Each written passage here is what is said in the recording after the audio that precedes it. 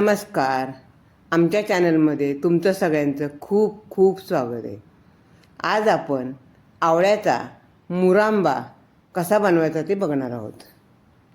आता त्यासाठी आपण हे अर्धा किलो आवळे घेतलेले आहेत.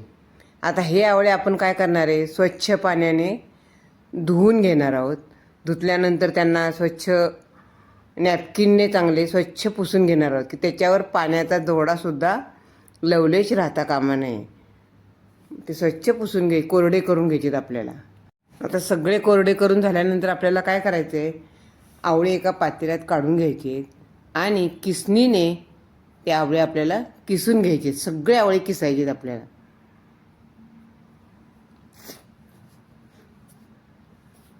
जरा जाड किसणी असेल तर आणखीन चांगलं.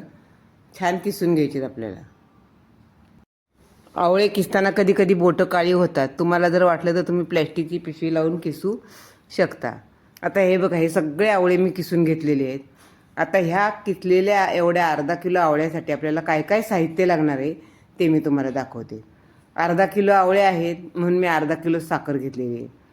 आता जर तुम्हाला घ्यायचं असेल तर अर्धा किलो गूळ घ्या किंवा तुम्ही पाव किलो गूळ आणि पाव किलो साखर असंही घेतलं तरीसुद्धा चालेल. आता मी थोडी दालचिनी घेतलेली आहे, 2-3 हिरव्या वेलची घेतलेल्या आहेत, आणखीन इतकंच काय होते, एक मोठी वेलची घेतलेली आहे, आणखीन 2-4 लवंगा घेतलेल्या आहेत आणि थोडंसं काळं मिरं घेतलेलं आहे. एवढं आपण आता त्याच्यामध्ये टाकणार आहोत. आता आपण हे सगळं पहिल्यांदा एक कढई घेऊया आणि कढईमध्ये हे सगळं आपण मिक्स करणार आहोत. सगळ्यात पहिल्यांदा आपण आवळ्याचा जो किस केलेला आहे तो किस कढईत टाकून घेऊया. हे बघा, सगळा किस मी टाकून घेते. त्यानंतर जी आपण अर्धा किलो साखर घेतलेली आहे ते अर्धा किलो साखर पण आपल्याला त्यामध्ये टाकायची आहे.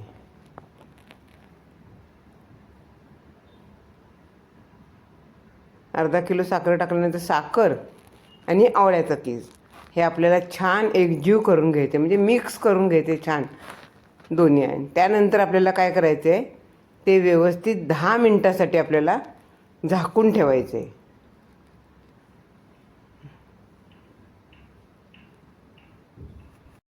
आता 10 मिनटं झालेली आहेत. आता मिश्रण आपण काढून बघूया.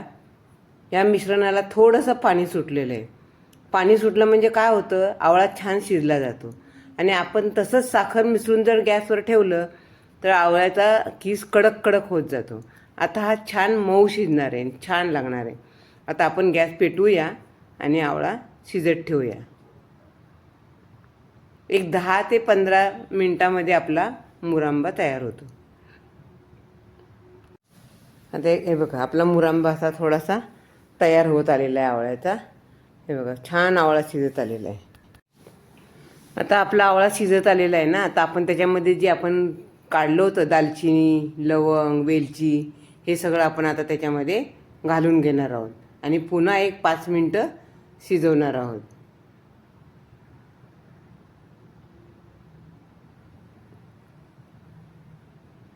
एक 5 ते 10 मिनटात आपला आवळा छान शिजतो. खूप कडक नाही करायचा, खूप घट्ट केला की मग तो खाता येत नाही. हे बघा आता कसं तयार होत आलेला आहे. एकदम घट्ट झालेलं आहे. खूप पण घट्ट नाही बनवायचं आहे आपल्याला. हे बघा, आणि खूप पातळ पण नाही बनवायचं आहे.